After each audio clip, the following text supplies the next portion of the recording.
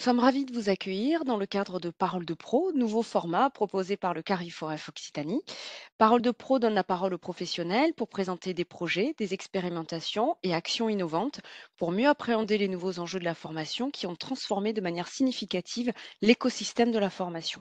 Cette collection de visioconférences flash permet de découvrir des initiatives innovantes et des bonnes pratiques menées en Occitanie et de proposer un autre regard sur vos pratiques.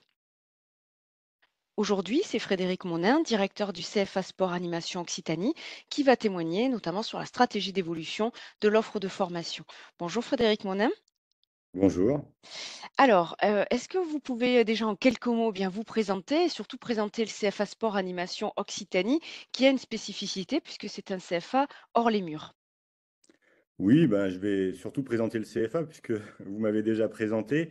Donc j'ai l'honneur de diriger cette structure qui est une association loi 1901 à but non lucratif, qui a été créée en 2008 déjà, à l'initiative de la région, à l'époque Languedoc-Roussillon, et qui a pour mission principale de développer l'apprentissage dans les métiers du sport, de l'animation et du tourisme, sur la dimension sur le territoire, régional.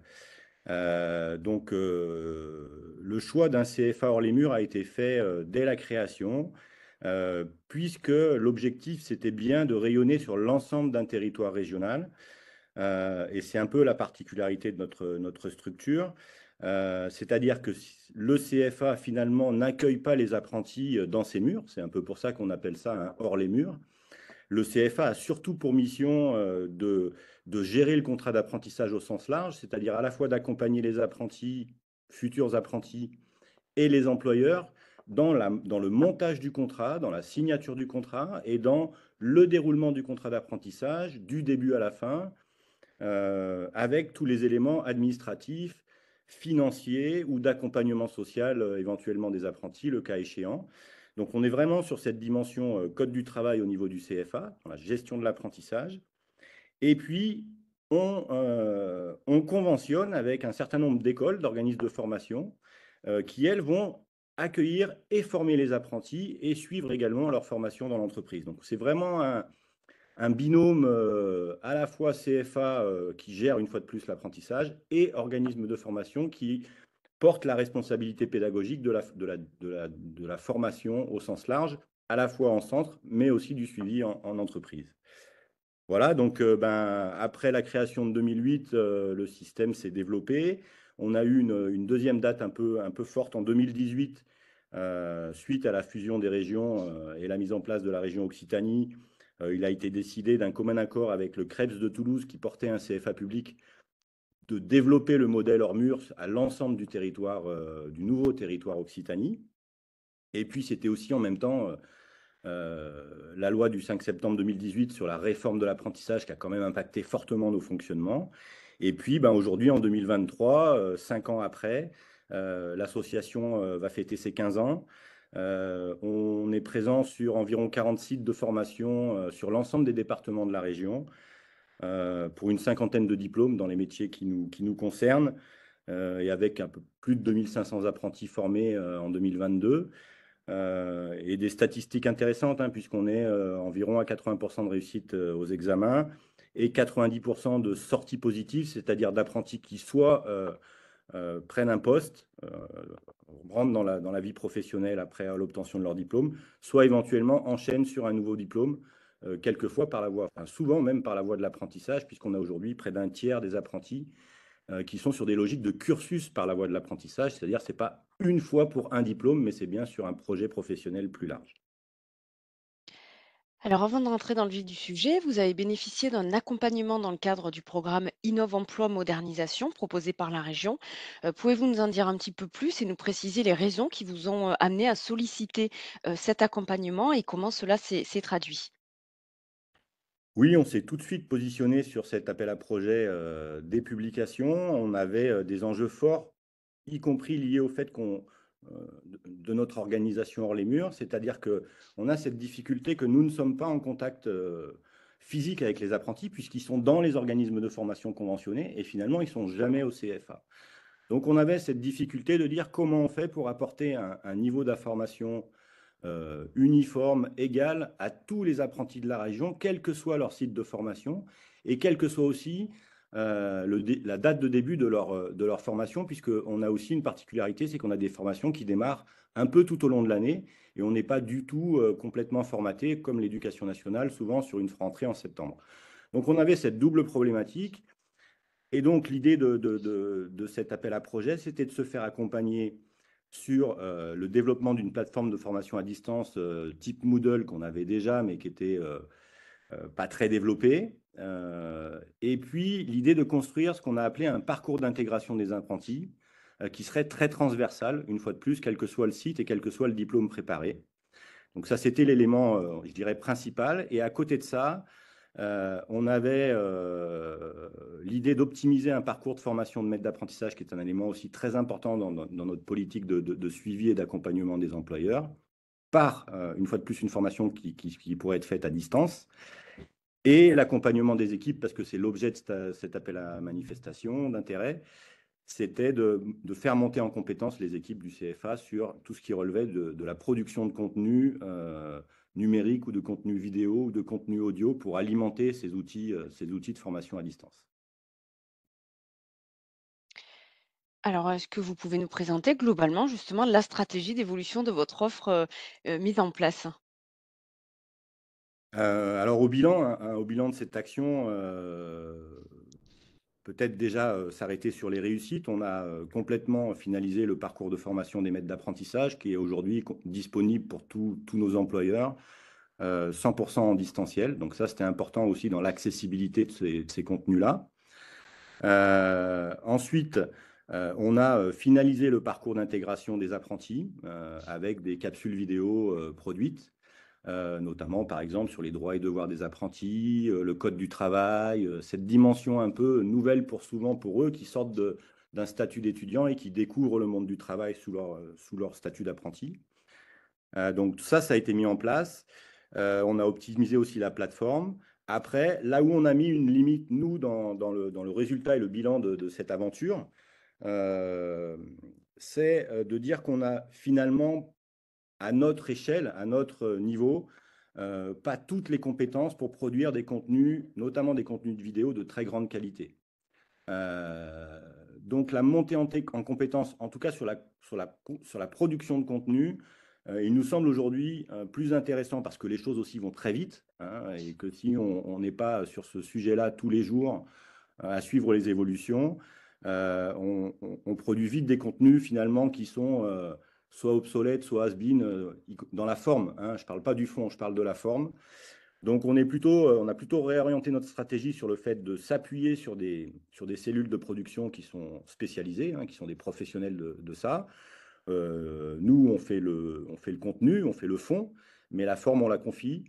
Et puis la deuxième évolution sur cette stratégie, c'est que sur la plateforme de formation à distance, on s'est vite rendu compte que les apprentis sont sursollicités sur beaucoup finalement de plateformes différentes. La plateforme de l'organisme de formation, la plateforme des aides, la plateforme du CFA, d'autres plateformes quelquefois qui tournent autour.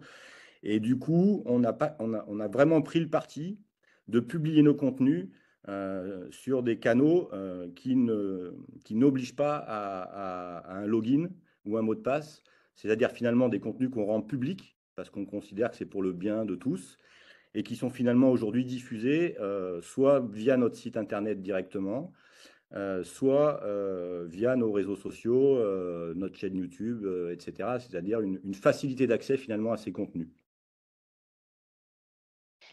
Alors, rentrons dans le vif du sujet, est-ce que vous pouvez nous détailler des exemples types de pratiques innovantes et nous dire concrètement comment cela s'est mis en place? Ben, alors, alors, évidemment qu'on sort d'une période aussi de confinement qui a obligé à faire évoluer un certain nombre de choses. Mais d'abord, je voudrais dire que l'innovation pour nous, ce n'est pas que du numérique. C'est un élément assez fondamental. On est plutôt dans une posture un peu de sobriété numérique, dans notre cas, y compris vis-à-vis aussi de nos métiers et de nos publics. On est dans l'animation sociale, on est dans l'animation sportive, on a un besoin de contact humain, à notre sens là-dessus. que ce soit vis-à-vis des publics qui sont encadrés par les apprentis ou les futurs diplômés, mais que ce soit aussi vis-à-vis des apprentis, où on a une vraie dimension sur le savoir-être, ce qu'on appelle aussi les soft skills, qui nous semble important d'aborder en présentiel. Donc, on n'est pas tout numérique et on ne sera jamais tout formation à distance. Il n'empêche que par rapport à ça, évidemment qu'on est dans une stratégie de développement des outils finalement qu'on met à disposition du réseau d'écoles, plus que des outils qu'on mettrait directement à disposition des apprentis, puisque, une fois de plus, ce sont les écoles qui sont face à ces jeunes. Donc, on est vraiment sur cette logique de faire réseau et de mutualiser des moyens, des outils, des compétences. Donc, je vais en citer un certain nombre. Euh, mais on a donc, une fois de plus, au-delà de la formation, de la plateforme de FOAD Moodle, on développe des capsules vidéo qu'on met à disposition de ces écoles. On a acquis un outil et on est en train de développer ces outils de captation vidéo, de captation audio pour leur permettre de produire de contenu en direct. On les a accompagnés avec l'aide de la région encore, hein, qui est toujours avec nous, toujours derrière nous sur ces stratégies-là, sur de l'équipement numérique, parce qu'il faut aussi équiper les écoles avec tous les outils nécessaires pour mettre en place tout ça. On a aussi, dans le cadre du premier équipement, permis aux apprentis de bénéficier d'un ordinateur pour éviter d'avoir la fracture numérique vis-à-vis de ces publics. Et puis, à côté de ça, on a développé une classe nomade qui, pour le coup, n'est pas dans la logique de distanciel ou de numérisation, mais qui est plutôt l'idée de dire, euh, de répondre à trois enjeux, en fait, pour nous. Le premier enjeu, c'est de pouvoir délivrer des actions de formation en présentiel sur tous les sites de pratique, et notamment les sites de nature sans les dénaturer, pour le coup. Donc, c'est pouvoir se mettre au pied d'une falaise, au bord d'une plage, au bord d'un stade, de venir, de délivrer l'action de formation, d'accompagnement des apprentis et de repartir. Donc, une structure nomade, mobile. Le deuxième enjeu, parce que ça c'est finalement, on l'a un peu abordé pendant la période de confinement, c'était d'avoir une structure qui permette de faire des cours en plein air, sur des contraintes un petit peu de confinement. Et puis, le troisième enjeu, c'est qu'on a aussi un certain nombre d'écoles qui nous disent être à l'étroit sur des périodes très courtes, donc de manquer finalement de salles de cours ou de bâtiments, et qui nous paraissait plus important de pouvoir y répondre avec une solution un petit peu légère et agile, avec finalement une salle qui vient s'installer pour une semaine, 2 semaines, parce qu'il y en a besoin à ce moment-là, plutôt que de construire un bâtiment pour une salle qui va être finalement très peu utilisée tout au long de l'année. Voilà. Donc, cette classe nomade, on a lancé la première en début d'année 2023, fin 22 même, début 23. Elle commence à être utilisée de plus en plus et donc on est dans un projet de lancer la version 2 et puis peut-être la version 3 pour pouvoir rayonner une fois de plus sur l'ensemble du territoire. Mais justement, quel est le bilan aujourd'hui globalement de la mise en place de cette stratégie? Et justement, vous y avez un petit peu répondu, les perspectives un petit peu de développement encore de cette offre? Alors, l'enjeu principal, c'est vraiment la dimension de faire réseau et de mutualiser autour de ces presque 40 écoles sur l'ensemble du territoire. C'est de se poser la question, parce que ce qui est compliqué, c'est qu'on est dans un secteur qui est aussi aujourd'hui, depuis la loi de 2018, très concurrentiel entre les organismes de formation. Donc, travailler ensemble, il faut réussir à travailler ensemble, même si par ailleurs, il peut y avoir une certaine concurrence entre les opérateurs. Donc, vraiment, la perspective pour nous, c'est d'identifier euh, le périmètre sur lequel on peut mutualiser et après laisser à chaque école son périmètre de spécificité, sa plus-value particulière, son expertise spécifique. Donc, on essaye de développer cette dimension de réseau autour de 4 axes. Pour ce qui concerne l'association, sur la logique de la gouvernance de l'association, évidemment. Sur tout ce qui relève de la veille et de la prospective métier, donc ce qu'on peut aussi appeler les observatoires des métiers. D'ailleurs, on espère travailler rapidement avec le Cariforef sur ce sujet-là.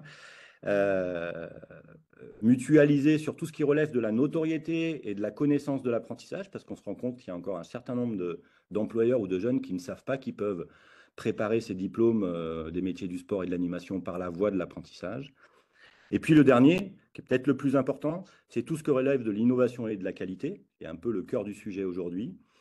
Donc on a mis en place un groupe de travail autour de ça, qu'on a doté d'un budget propre, un peu comme le fait la région avec les CFA, ben nous on le fait en interne pour nos écoles, pour accompagner la formation des formateurs, parce que c'est aussi évidemment une dimension très importante.